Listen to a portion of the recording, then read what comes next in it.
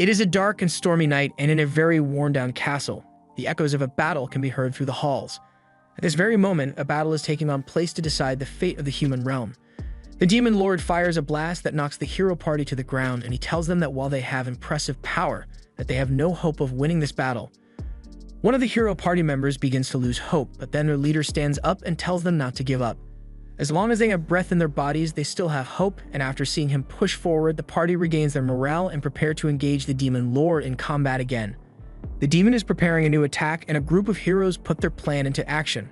The mage casts his shield around the party, which blocks the demon's attack, but in the process is shattered. The tanker then rushes forward to draw his fire and gets hit with a punch that spews blood out from his body. But he is able to distract the Demon Lord long enough for the leader to get into position and attack. The other mage charges the sword with extra power as they put all their hopes and lives in the hands of the hero.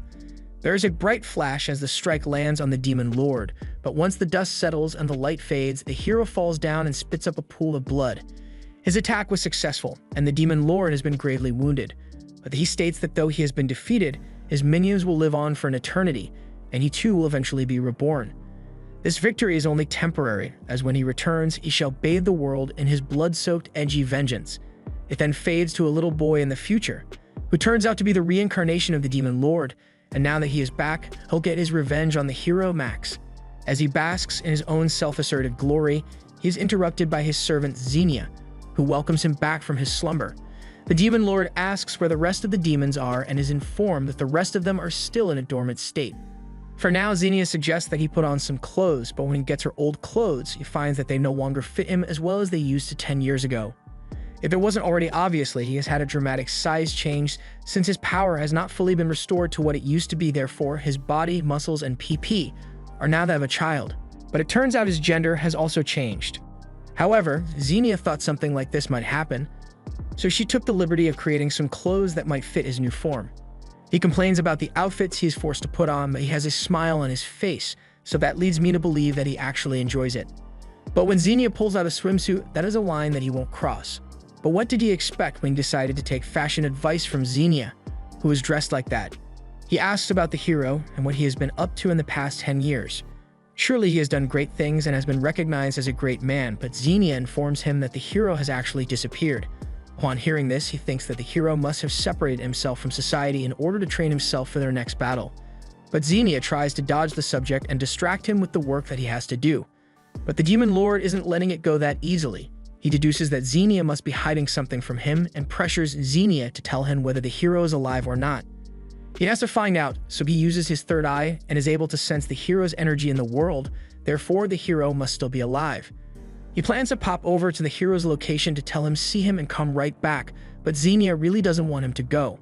But the Demon Lord is not one to be persuaded out of doing things, even if it is something as reckless as visiting your arch-enemy while you are in a weakened state that he could easily one-shot. He flies off to see the hero, and Xenia apologizes to herself for not being able to stop him. As the Demon Lord flies over the human city, it appears to look more like a modern city than the medieval stuff you'd be used to. He's gotten himself hyped up to meet the hero again, but when he finally reaches the hero's location, he finds it shut in. The Demon Lord thinks he must have gotten the wrong room, but the guy confirms that his name is actually Max, and then he notices the holy sword in the corner of a room like trash. Max then realizes that the person in front of him is the Demon Lord, but he doesn't seem to care all that much. The Demon Lord then scolds him for keeping his room in such a messy state and starts cleaning up the room and messing with his stuff. And he just seems to be enjoying the modern inventions of humans. Max asks him why he came here at all, and he finally remembers what he wanted to do. He makes his grandiose claim to power and states that he has returned stronger than ever, and this time he will surely take over the world with his power and might. But Max couldn't give a rat's ass about what the Demon Lord has planned. He doesn't want to get involved. The Demon Lord is confused that Max doesn't care at all when 10 years ago, he was so full of passion and conviction towards saving the world from the threat of the demons, but now he's just laying in bed without a care in the world. What could have changed? Max tells him that after he had defeated the Demon Lord, he was cast aside by the human world. They no longer needed a hero and forgot all about him, leaving him to fade into obscurity. A sad story, but one quick Google search later, it is revealed that every word he just said was cap. An article tells the story of his involvement in a scandal worth a married woman, but he swears that he didn't know she was married. But the scandals don't end there, for there is another article about him attacking a citizen. and while he says he was attacked by them first, the demon lord guesses that he was just drunk and lost his temper. And to put the final nail in the coffin and make it incredibly easy to cancel him, he cheated on 10 different women at the same time. It seems that that last one was actually not true at all. He had never met those women before. But as the internet goes, he was mimicked harder than Will Smith's slap, and there was nothing he could do about it. The demon lord tries to cheer him up by showing him some of his highlights, but when he pulls up a promotional video for Max, it turns out to be an utter cringe fest. The cheesiest speech that you would ever hear, and the demon lord is cracking up just listening to it. But that's how it goes when you are famous. The internet looks for ways to cancel you. The demon lord looks at a framed picture of Max's companions and him from 10 years ago. The demon starts to fawn over the old Max and his physique and potential, but it is starting to creep Max out a little. He hasn't seen any of his companions in years, which may be due to his insufferable superiority complex and egotistical nature, but he would never admit that to himself. He is going to stay like this, and he has no intentions of changing his behaviors in any way or trying to work on himself. He is a shell of the former Max. The demon lord realizes that this must be why Xenia didn't want to let him come here. She knew that when he saw the fallen hero, he would be incredibly disappointed that his arch-nemesis is now nothing but a shut-in societal outcast. He gives up on trying to spur Max back into his old ways and announces his intentions to leave, but before he goes, he states that he is going to reassemble his army and plan another attack on the human world, and since they don't have a worthy hero anymore, they will surely lose. It's going to be a cakewalk for him to win that fight. But Max couldn't care less. He is actually done with all that and really doesn't care what happens to the world or who wins the battle. His world is confined to his room, so he doesn't care about anything else. The demon lord then states that Max's companions are going to have a difficult time battling him alone, and maybe he might just pop on over to their house and kill them immediately to get it over with. But Max still doesn't care. In fact, he encourages it since he owes a lot of money to one of his companions, so if the demon lord kills him, he won't have to pay him back for it at all. That one was too far even for the demon lord. If he wants to act like a demon, then the demon lord will happily send him to hell once and for all. He charges up an energy blast in his hand and lunges at Max with intent to kill, but Max is still a hero after all. He jumps out of the way and in half a second, knocks the demon lord across the room with nothing but a pillow. The demon lord is in a weakened state, so if Max actually wanted to, he could absolutely decimate him without so much as breaking a sweat. The demon lord is knocked out cold and later wakes up in a dark room. He is in Max's closet and he wonders why Max didn't just kill him immediately. It only makes sense to eliminate a threat as soon as possible. He opens the door and finds Max looking at something with laser focus. His eyes are so trained in on it that he must be analyzing something important in great detail. Never mind, he's just looking at the hub. The demon lord is once again disappointed in Max. But before he can pull out the lotion, the demon lord steps out of the closet and tells him that he should at least wait until he is alone to do stuff like this. Later, Max is making some coffee, and the demon lord asks why he didn't just kill him when he had the chance to do so. It doesn't make sense to let the demon lord live. But Max isn't the hero anymore, so that isn't his job anymore, and in fact, with the current public opinion of him, if he were to kill the demon lord in his current state, there would probably be news articles about Max killing a defenseless child within the hour. They sit down to drink the coffee, and the demon lord acknowledges that Max has still got his power. He really knocked him out with just a pillow, and did it with style too. But on the other hand, the demon lord has lost his touch, which makes it laughable that he even thought he would be able to get away with killing the other hero party members. But he swears that he will regain his power once more, and when the time comes, they shall have a glorious battle. But Max cannot promise that the battle will happen. He may still care about his friends, but he actually does hate the world since there is nothing left in it for him. It's been cast aside, even if it was due to his own actions. And in the end, if the demon lord causes trouble, a new hero will likely rise up to battle him. The demon lord finally takes the hint and leaves, but then he returns later with groceries and starts acting like Max's girlfriend. Max is creeped out by this, and at this rate, he's going to get a visit from Chris Hansen. But the demon lord has decided to live with him, and they share a meal together. One bright morning, the demon lord yells for Max to wake up, but he is still out cold. She stands over him in a pink apron and tries to get him to wake up, but after he shows no signs of moving at all, she starts to wonder if he is even still alive. Later, she is washing the dishes when Max walks past her with the intention of going out. She asks where he is going, but he doesn't want to give a direct answer, so like a clingy girlfriend, she declares that she will be going with him. Max refuses to take her along, and she then accuses him of being embarrassed to go out with her. Max retorts that he can't just leave the house with a demon in a world that hates demons, so if she wants to go out, she should do something about her horns and third eye.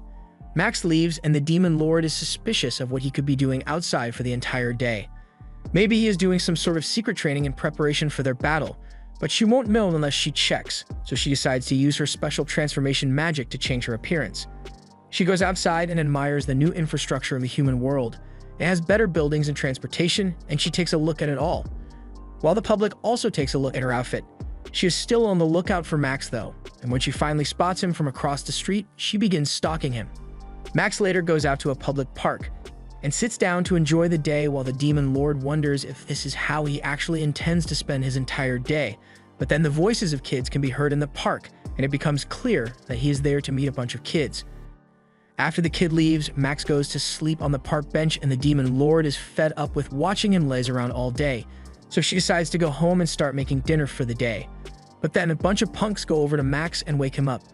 They are obviously picking a fight, and they start insulting Max and telling him to leave the park, and that society would be better off without him.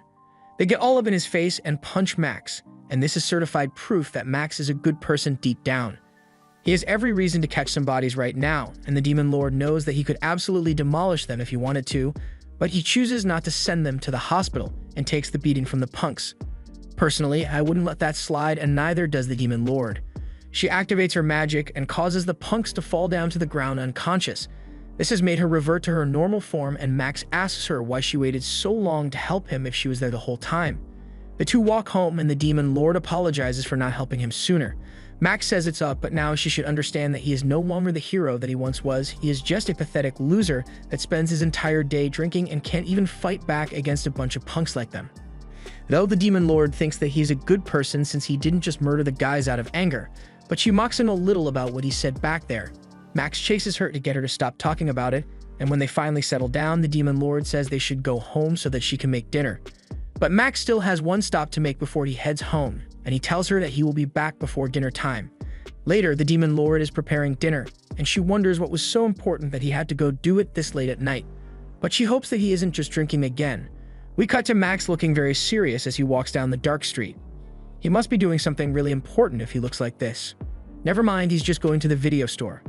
The next day, Max is standing on his balcony when he notices a girl walking down the street in a lewd outfit. The girl is the Demon Lord in human form, but as soon as she enters, she turns back to normal, and Max has no idea that the girl was her. He tells her that he just saw a woman dressed in the most provocative way imaginable, and the Demon Lord has no idea that he is talking about her.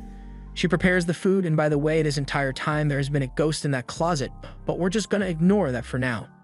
They are about to begin eating when the doorbell suddenly rings, and the Demon Lord tells him to wait for her before he starts eating. Max thinks it is just going to be a salesperson, but when she opens the door, it is Xenia that is standing there. Xenia is relieved to see that the Demon Lord is still alive, and the Demon Lord asks her why she is here. Xenia says that she was told that this would be a short trip in and out, but that was days ago, and the Demon Lord has not contacted her since then. Xenia then collapses onto the ground, and Mao brings her inside. Once Xenia wakes up, she starts to scarf down what was meant to be their dinner, and Max is upset that his dinner has been taken. He asks who this woman is, and Demon Lord tells him that she is her personal secretary. Max doesn't think she would be qualified to be a secretary, and Xenia takes offense to this, stating that she is so devoted to the Demon Lord that she walked all the way here for 3 days, and people kept looking at her weird, which she thinks is because she is a demon, but in reality it's because of that wagon she be dragging. Regardless, she wants the Demon Lord to return to the castle with her, but the Demon Lord doesn't want to leave Max yet. Xenia questions whether the Demon Lord may have fallen for Max at this point. Max doesn't particularly care if she leaves or not, but without the Demon Lord, he can't function. Xenia now takes it upon herself to sever the ties between the hero and the Demon Lord, so she pulls out the brass knuckles and prepares to box. Xenia doesn't have any aptitude for magic, so her only fighting capacity is throwing hands. However, the Demon Lord tells her that she is sorely outmatched if she wants to fight Max.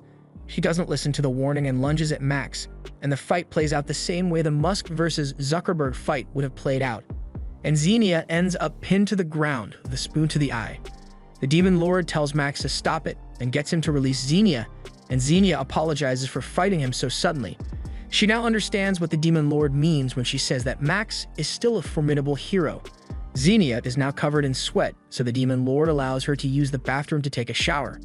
While she is in the shower, the Demon Lord says that while Xenia isn't able to use magic, she is very dependable when it comes to gathering information. Xenia finishes her shower and steps out of the bathroom in nothing but a towel. The Demon Lord tells her that she can have any drink in the fridge, and Max complains about being hungry, so the Demon Lord apologizes and says she will go and buy something to eat. But Max sees a bigger issue, and if the Demon Lord leaves, he's going to be left alone with Xenia, and that is gonna be awkward as hell.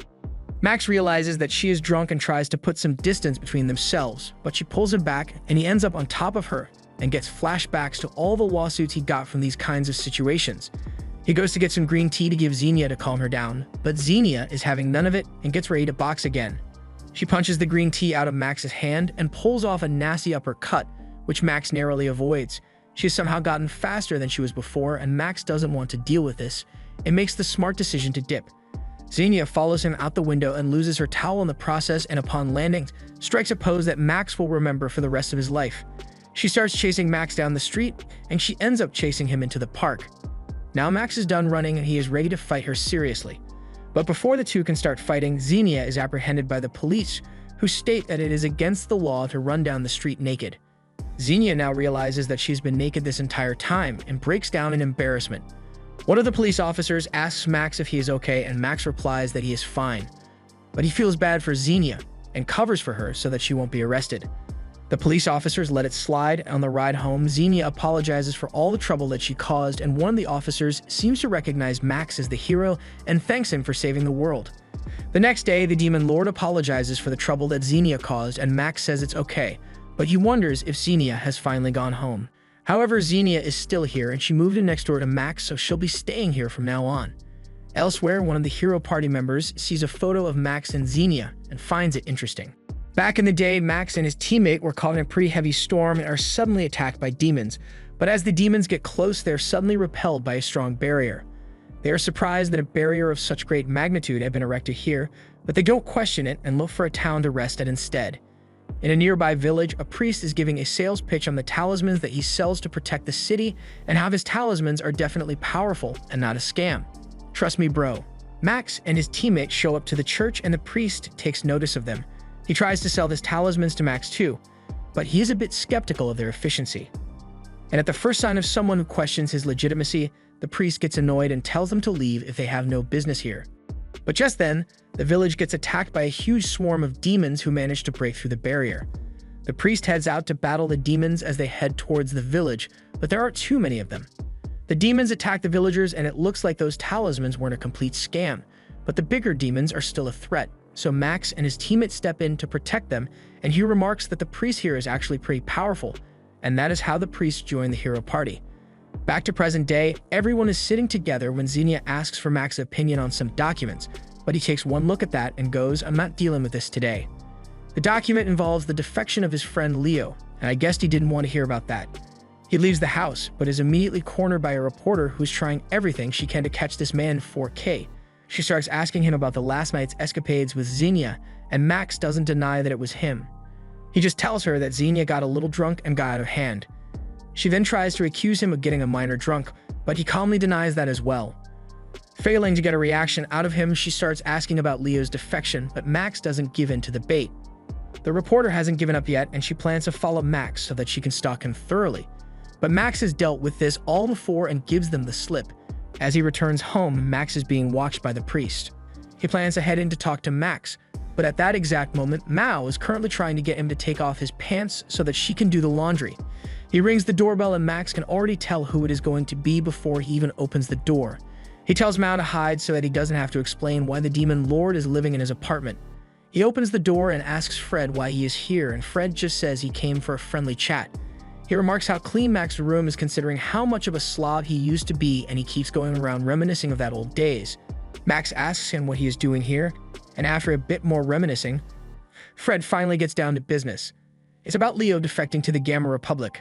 They say they are a republic, but it's more like a terrorist group that takes in all traitors and criminals, and they are growing pretty strong and might end up threatening war. Fred wants Max to return to the hero business, but Max says he is retired and going to stay retired. But that was Fred's entire point. If Max were to help in this fight, then he would be guaranteed an amazing rank and paycheck. By now, his savings must have surely nearly been depleted. A man of Max's stature can't be living like this, and if Max joined, Leo might even surrender before the war begins.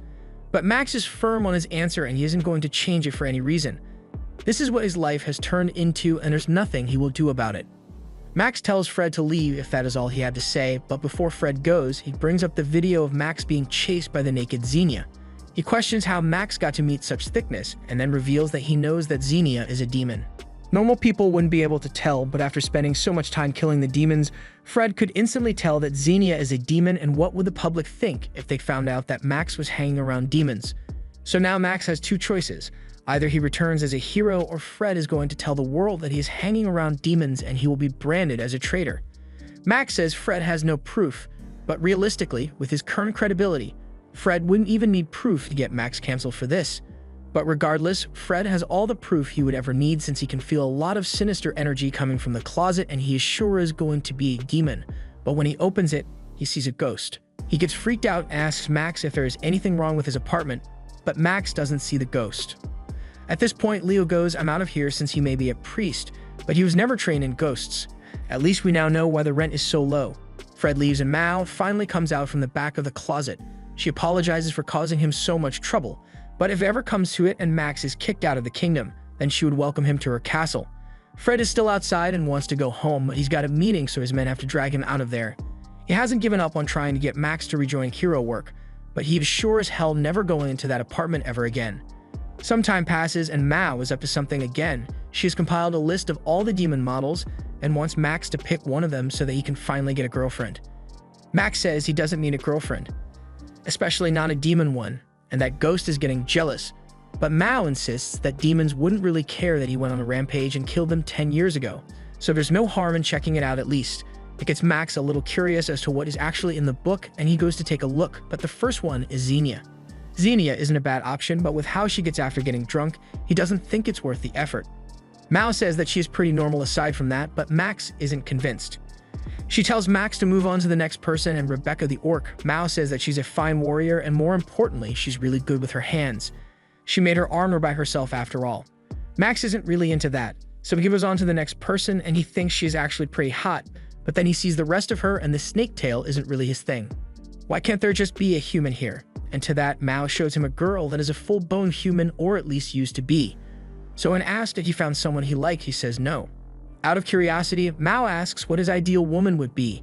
He says they would have to at least look human, be chill, and have good cooking skills. Also silky black hair and an amazing body. And after hearing all this, Mao realizes that she might just know who Max might be interested in. She transforms into her human disguise, and it checks all the boxes. She jokes about how Max must be mesmerized by her appearance, and she would make a great wife for him. But Max is actually mesmerized by her, and she wasn't prepared for that. The doorbell rings, and Mao uses the opportunity to escape the awkwardness, and that Ghost is getting really jealous. Later that same day, Mao makes an offer to Max for him to join her demon army, but his answer is no, and he asks why she would even bring that up now. She says it's because his savings will probably run out soon, so he needs to start thinking of what he's going to do. And if he joins her army, it comes with a great salary. But considering he'll be an average soldier, his salary would only come out to $2.5 million. And that's not all. Yet vacation days and work days are limited to 5 hours maximum, as well as 4 days off a week. And to top it all off, you get free housing and healthcare. Where do I sign? There's also the fact that you will become immortal if you join, but that's a minor detail. This is a serious offer, and if he takes it, he will be free of all the suffering in the human world. But with a stoic face, Max declines the offer again. To him, it's not about his human dignity or whatever, it's more about if he gets all of that so easily, then he won't be himself anymore. And immortality seems like it would be slightly annoying after enough time. They accept his answer, but Xenia tells him that the offer is still on the table if he ever chooses to join them. But his problems don't go away because of his morals, so if he doesn't want to join the heroes or the demons, then he has to find some way to make some money. His idea is to become a YouTuber and rake in the money, but Mao doesn't get how that works. She goes to ask Xenia about it, and Xenia tells her that it's much harder than it seems on the outside. It takes hours of work a day, so Max may not be cut out for that. However, Mao is simply happy that Max is at least taking some initiative in his life, and who knows, maybe Max will become a great YouTuber. Max does not become a great YouTuber, and his video only gets 14 views. He is depressed by his failure, but he is still going to try again and creates various other types of videos, but they all flop. Max is just about ready to give up on this, but Mao says he should make one last video, and if it doesn't work, then he can quit. She even offers to help, and Max suddenly gets an idea. He gets Mao to do the live stream for him, and as it starts, Once she stands up to show her outfit, the view count immediately shoots up, but only because of her personality, of course. Max then instructs her to get a popsicle and eat it on stream for a review, and of course to get the full popsicle experience, she has to eat it without her teeth, but only for the popsicle experience, of course. And finally, the room is suddenly too hot, so she's going to take off her top, but the chat warns her that she's going to get banned for that. And by the end of the day, the account is banned. Max is about to head out for a brief walk when Mao stops him and asks where he is going. She wants to tag along, and Max ends up agreeing to it, so the two go shopping in the mall for some clothes. At the store, she's picking out clothes and asking if it looks good on her, but Max isn't too interested in playing the boyfriend role, especially since Mao technically was a guy before. The two spend the day hanging out at the mall, and at the end of the day, they head to the grocery store to buy some stuff for dinner when they run into a vendor serving free sausage samples, and as they are tasting it, the lady recognizes Max and asks to shake his hand. But as Max clasps hands with this woman, he realizes that she is no ordinary person. She's one of Leo's people, and she threatens Max to stay back, otherwise she's going to cause a scene. Max tells Mao to act normal and just head home without him. In the changing room, the girl compliments Max on finding himself such a nice girlfriend, but Max just asks her what she's doing here, and she says she's here as a spy.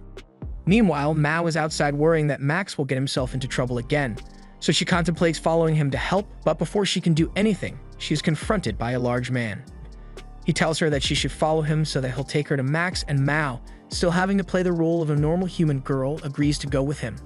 Max and the girl from before are still talking and catching up, and she brings up how Max let himself go since she last saw him, and he doesn't have a comeback to that. So he just asks how Leo is doing, and she tells him he's fine, and he's always asking about Max. At the same time, Mao is being led somewhere by the guy, and she asks him if he's from Gamma Republic. The guy doesn't deny it, but when she calls them terrorists, he gets angry and says the only reason they are out there is because the kingdom kicked them out into the wasteland. They had to work hard to make the place livable, but as soon as the kingdom figured out that the place had magic ore, they began trying to seize the land. She then asks if they are here to recruit Max, and that is the plan, but this guy doesn't really understand how recruiting one guy would make a difference. But if Leo says he should recruit Max, then he's going to try. Max is still talking with the girl and realizes that she is trying to recruit him to fight, but he wants to stay out of it.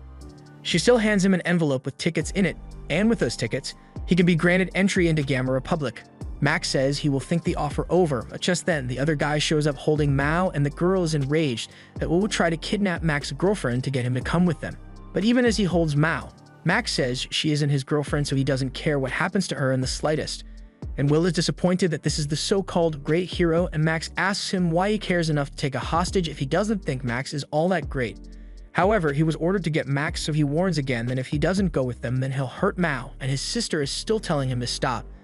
But as he pulls her hair, Max runs up on him and knocks him into the water with incredible speed.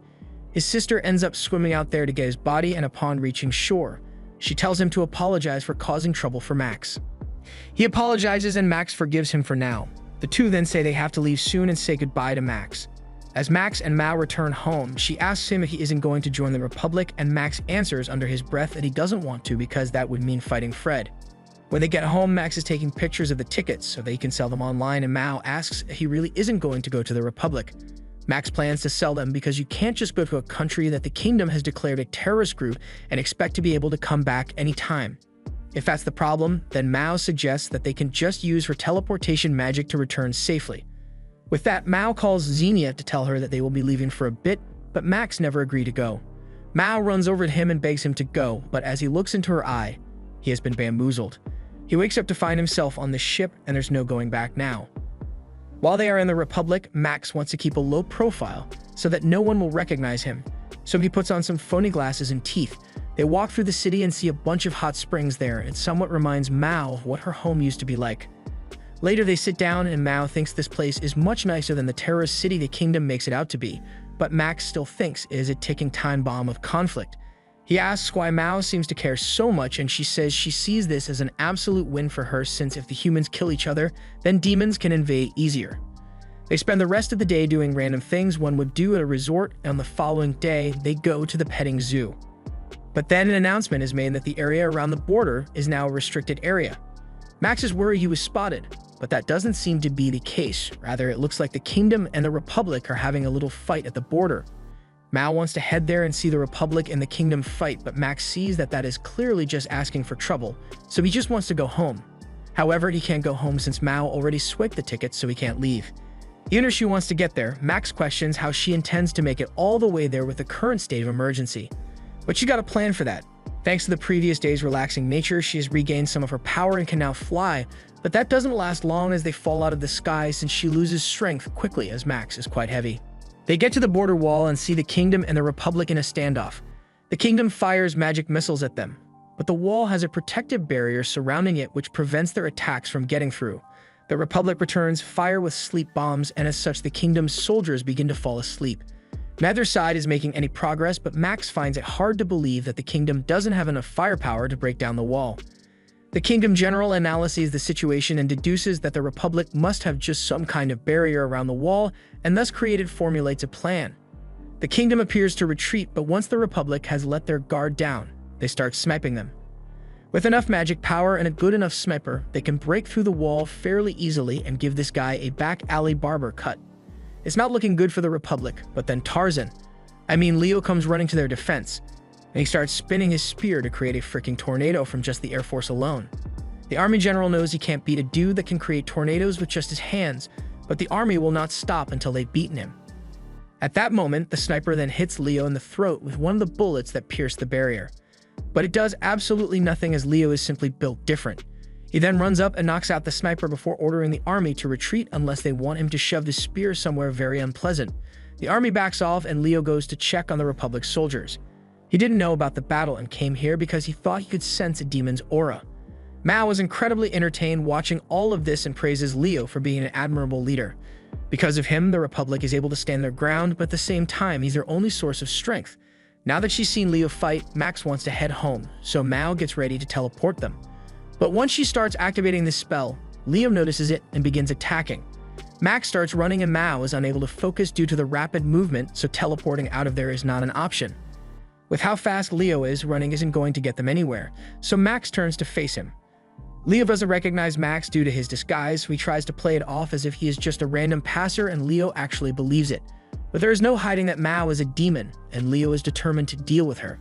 He tells Max to hand over the demon and he will let this whole incident slide, and Mao tells him to just hand her over. If worse comes to worse, she can still revive herself later.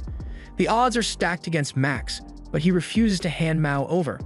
Instead, he charges at Leo, saying he will hold him off for 10 seconds until she can complete the teleportation spell. Max clashes with Leo and is able to withstand his attacks, but as soon as Mao starts casting the spell, Leo realizes what she is doing and launches a spear at her, but Max catches it.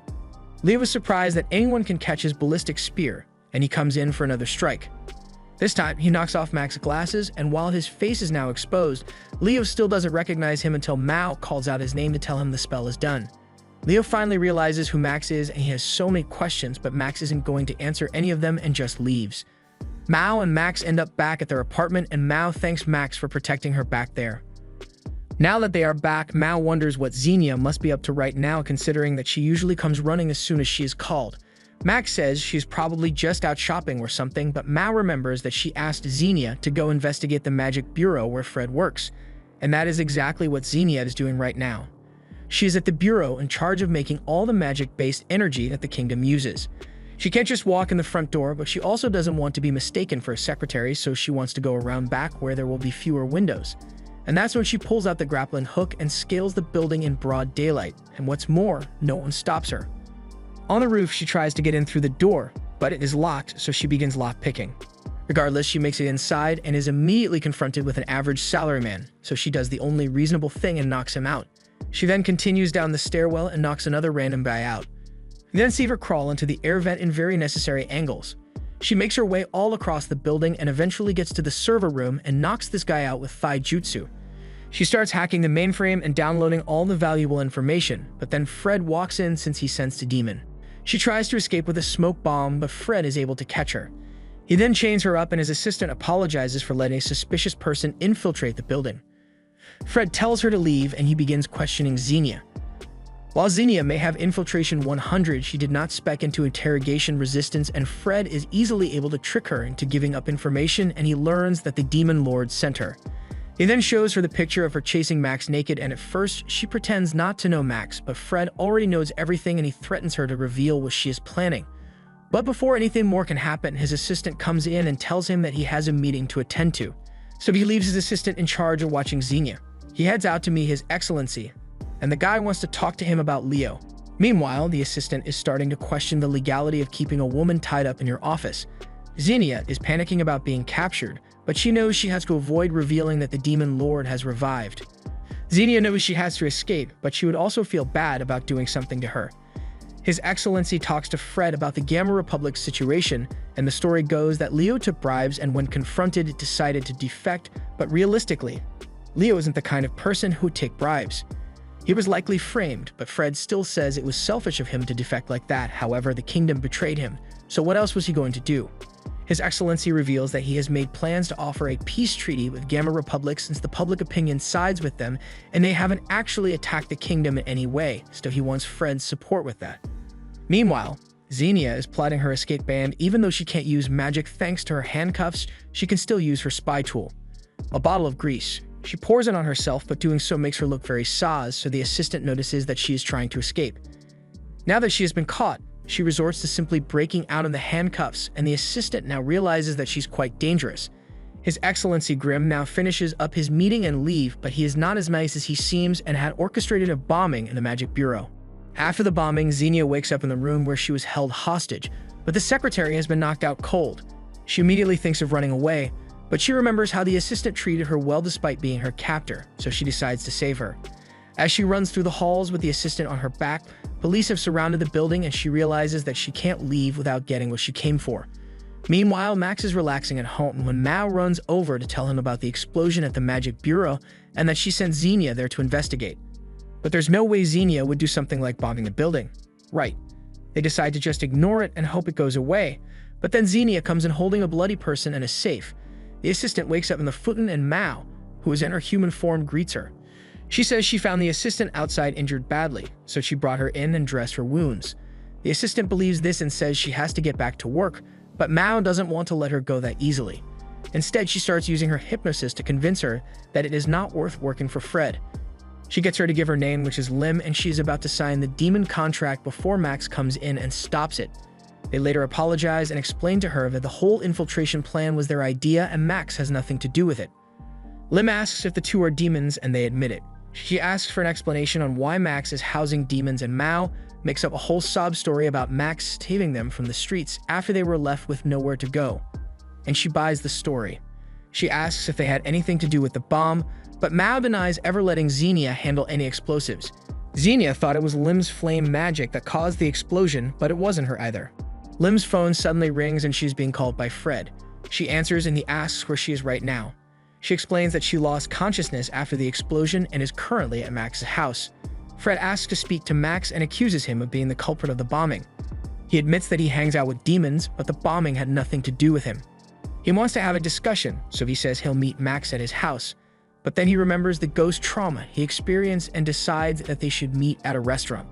The ghost is still haunting Fred, however, and he passes out in fear. Meanwhile, the kingdom's cabinet has a meeting to decide their next course of action, and they blame the bombing on the Republic. They can't fight a war with them since Leo would wipe the floor with them. But if they manage to get one other hero to fight him, they could win. Max and Mao meet up with Fred and Max tries to explain that he had nothing to do with the bomb. However, Fred already knew that he was innocent. Max thinks the story is over, but Fred still wants something in return for turning a blind eye to Max's collusion with the demons. Max tries to offer Mao to him for the night, but Fred says he'll pass. What he wants is for Max to join the kingdom and fight Leo, otherwise he will turn the kingdom against him. But Max isn't going to take the threat, and he is fully willing to go to the Gamma Republic and fight on their side if Fred keeps pushing him. They start fighting and Mao has to unleash some of her power to calm down the situation, but that alerts Fred to the fact that Mao might not be an average demon. Max leaves and Fred says this isn't the end of it. Max gets home and finds that Fred managed to get the last laugh as he had put laxatives in his food. Back at the Republic, they get ready for war since the kingdom framed them for the bombing and is going to use it as an excuse to start a war. This was the end of episode 8. Thanks for watching. Subscribe to not miss the next part.